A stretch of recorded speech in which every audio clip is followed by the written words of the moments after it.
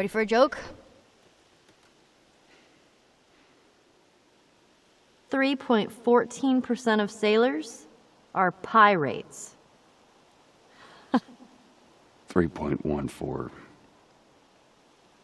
I stayed up all night wondering where the sun went. Then it dawned on me. Oh, I get it. What did the mermaid wear to her math class? What? An algebra. Terrible. Why did the scarecrow get a promotion? All right. Because he was outstanding in his field. That'll do. Put that thing away. Okay, I'm all joked out. Now what? Welcome back to the channel, everyone. I'm Saladino. So on the last good day of the year, on the last good day of the year. Oh my God! They can never make me like you. Fuck you and your daddy too. The people who defend The Last of Us Part 2 don't care about The Last of Us. They only care about Abby. They know that she was designed to be a feminist and LGBTQ icon, which says a lot about what these idiots think about feminists and the LGBTQ. But they only care about her because of their ideology. The story doesn't matter. The characters don't matter. Only Abby. And it's funny how the Abby-sexuals fall into two camps. The unhinged, gender-confused sociopaths that screech about how Joel deserved to die because he killed Abby's dad, and the smug, dismissive pricks who pretend that people who dislike the choice to kill the main protagonist of the series are trolling. They killed the main protagonist and most people's favorite character in the series, and they killed him in such a miserable, disgraceful way. But calling that out is trolling. The irony here is, they're the trolls. They don't care about the series at all. Most of them didn't even play the game. Not just the first game, but the second one, the one they all supposed to love so much. There's something deeply inhuman about activists, the way in which they relate to the world versus their ideology. I'm only human, of flesh and blood, I'm made. How can they say Joel deserved to die because he killed Abby's dad, yet before the second game and this shitty storyline, nobody even knew Abby's dad or Abby? Get off me! Get off me!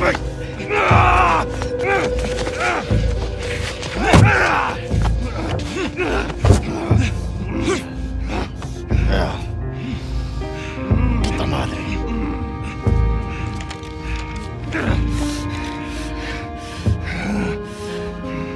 Joel Miller.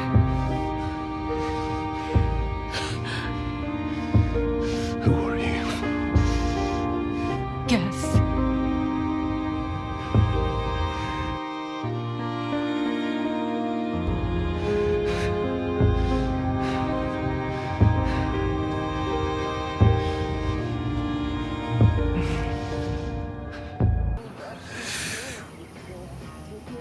Fair enough. Like I said, these people didn't play the first game, because how do you play a 15-hour game? You play as Joel, you see everything he's gone through, he's a flawed character, but you see him grow and come to love this young girl he's charged to protect. She saves his life. They love each other. We see that connection. But we're supposed to forget all of that for some trans-friendly woman nobody had ever heard of and who we watch brutally kill our favorite character in the most miserable, unhinged way, while his daughter is begging and pleading for his life. Yet, we're the trolls for pointing out how insane it is to expect us to ever give a shit about this character. And what's also crazy about it is how these fucking idiots care more about Abby than they do Ellie. They don't give a shit about the lesbian woman at all. Joel deserved to be killed for saving his daughter. And this thing where they go, Ellie is not his daughter. The same people who say that men can turn into women if they feel like it don't understand what it means to have an adopted daughter. And another funny thing about it is, if it was Lev, the trans boy, who was on the operating table about to be killed to save humanity, and Abby saved him, her, whatever, these sociopaths would have been clapping like seals, praising Abby, even to the point of not caring that Abby took away Lev's right to choose, which is such a bullshit argument. Druckmann came up with that shit later, after the game came out. The whole thing about Ellie's okay at the end, meaning she realized Joel lied and she couldn't trust him anymore because he took away her right to choose. Right to choose what? She's a 14-year-old girl. She can't even consent to sex. Hell, these assholes would say that if Ellie was 22, she wouldn't be old enough to consent to straight sex. But there's this thing that feminists do when it comes to consent, where to them, it's not about someone's personal freedom. To them, it's all about power dynamics between men and women. So it doesn't matter if Ellie, a young teenage girl, suffering from survivor's guilt, feels like she should sacrifice herself because it's her turn. Joel took away her right to choose, so he's evil and has to die. And his love for Ellie is selfish. Society fucked up and allowed everything to fall apart because of the outbreak. It's not up to Ellie to fix it for everybody. And The Last of Us Part 2 never lets Joel just tell Ellie, look, I love you.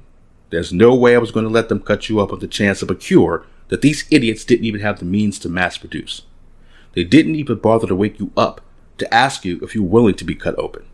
But I'm the bad guy for saying, nah, fuck that. That's my daughter. She saved my life. Ain't no way I'm going through this shit again because of men in uniforms with guns deciding who should live for the greater good.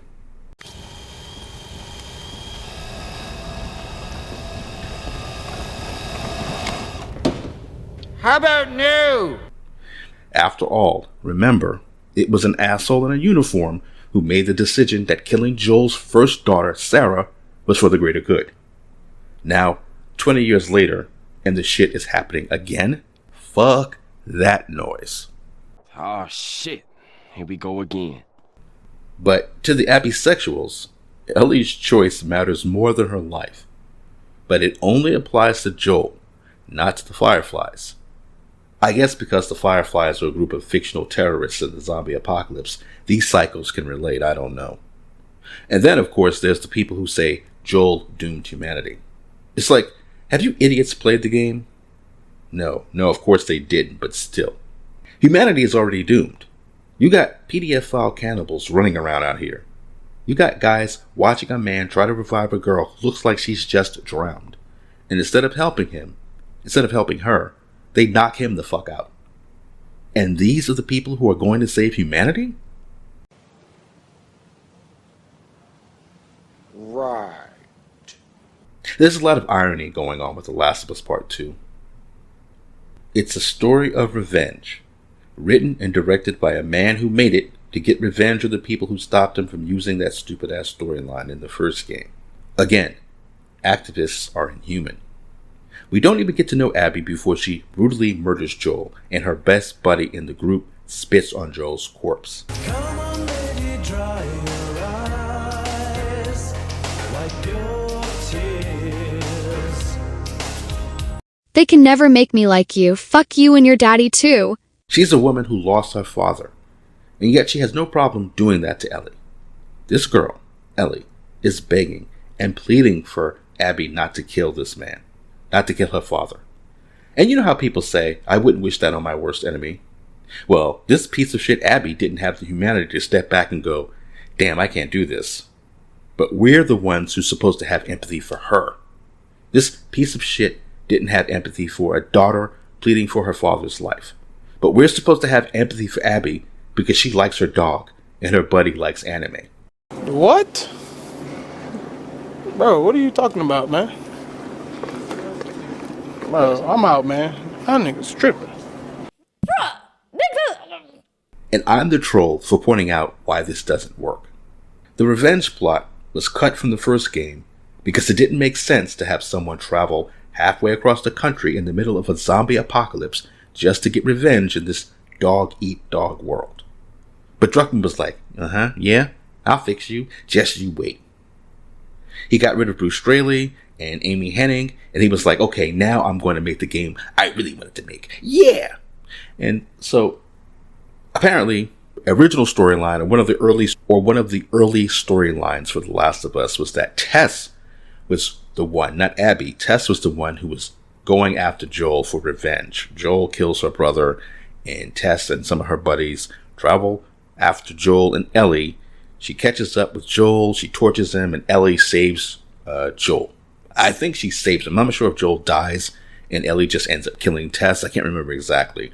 But Druckmann, he never let that go. Despite the success of The Last of Us, he never let go of the fact that he couldn't do the revenge storyline. He couldn't have two women, well, basically a woman torture the hero, the male hero, and yet be saved by a young girl, all this stuff. He couldn't let that go. And that's the really big irony to me, how he wanted to make this game so bad that he condemned Joel for saving his daughter, and by extension, condemned fans for loving Joel and agreeing with Joel's choice. It's crazy. So this is me with my daughter at Comic-Con this year. And the thing with Comic-Con is it's kind of like this magical thing where you have comic books and toys and TV shows, and it kind of is a reminder of why I became a game designer, why I joined video games. And as my daughter gets older and kind of becomes her own little person, I get to see more and more of the world through her eyes. And I wonder what are going to be her inspirations. What are the things that she's going to be kind of really attracted to and attached to as she grows up. And as a game creator, I look around at kind of what we are making and what are going to be her role models from the stories. And I don't like what I see. More specifically, I'm talking about our female characters. And whether we want to admit it or not, these are role models. And yet we sexualize, we objectify, we marginalize, and we reduce these female characters to a lot less than they can be. And this is coming from a guy that almost made a really misogynistic game. So I kind of know what I'm talking about. So once this thing failed and I had this awakening, almost exactly at the same time, this Kickstarter happened about the tropes versus women in video games.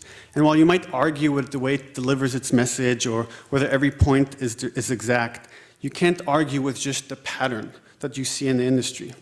So I was really intrigued by this. The videos for the video games hadn't come out yet, but I watched the rest of Anita's videos, and I realized it's not just a problem in games, it's actually throughout entertainment. So I wanted to learn more about it on my own, so I started reading some of these books. And you see that popular culture has quite a significant effect. And we, as human beings, we mimic the things that we really like and love. And it affects how we feel about ourselves, our self-esteem, how girls feel about themselves, and how us as guys kind of view girls. These things teach us these elements.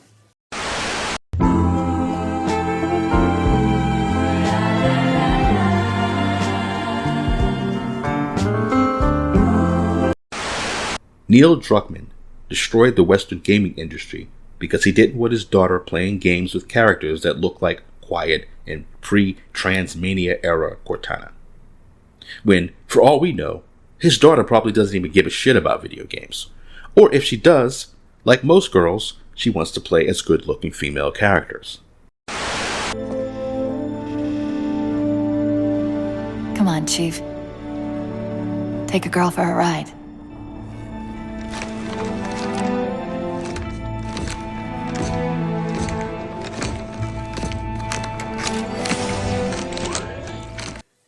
And I wonder what are going to be her inspirations. What are the things that she's going to be kind of really attracted to and attached to as she grows up. And as a game creator, I look around at kind of what we are making and what are going to be her role models from the stories. And I don't like what I see. Bing,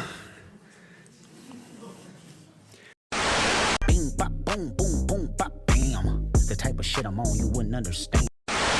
I don't like what I see. Please. Oh, please. You're done. You want what I want, right? End it. Now. What? Joel, get up. Joel, fucking get up. Please stop. Please don't.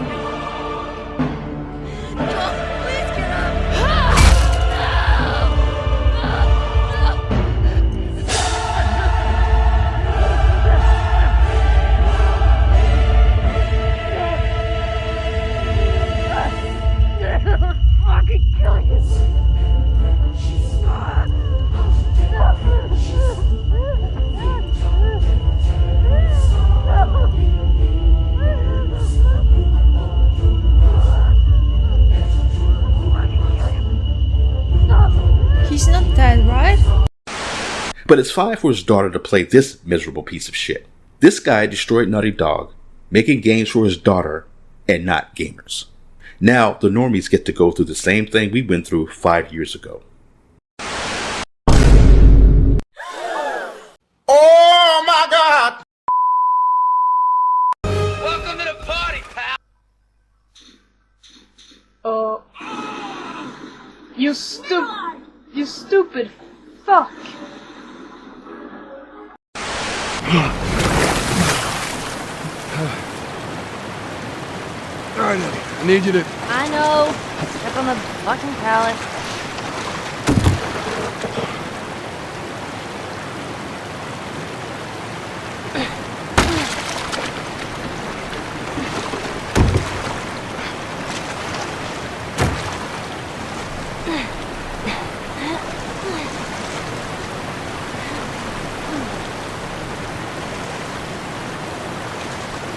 Oh, give it a spin.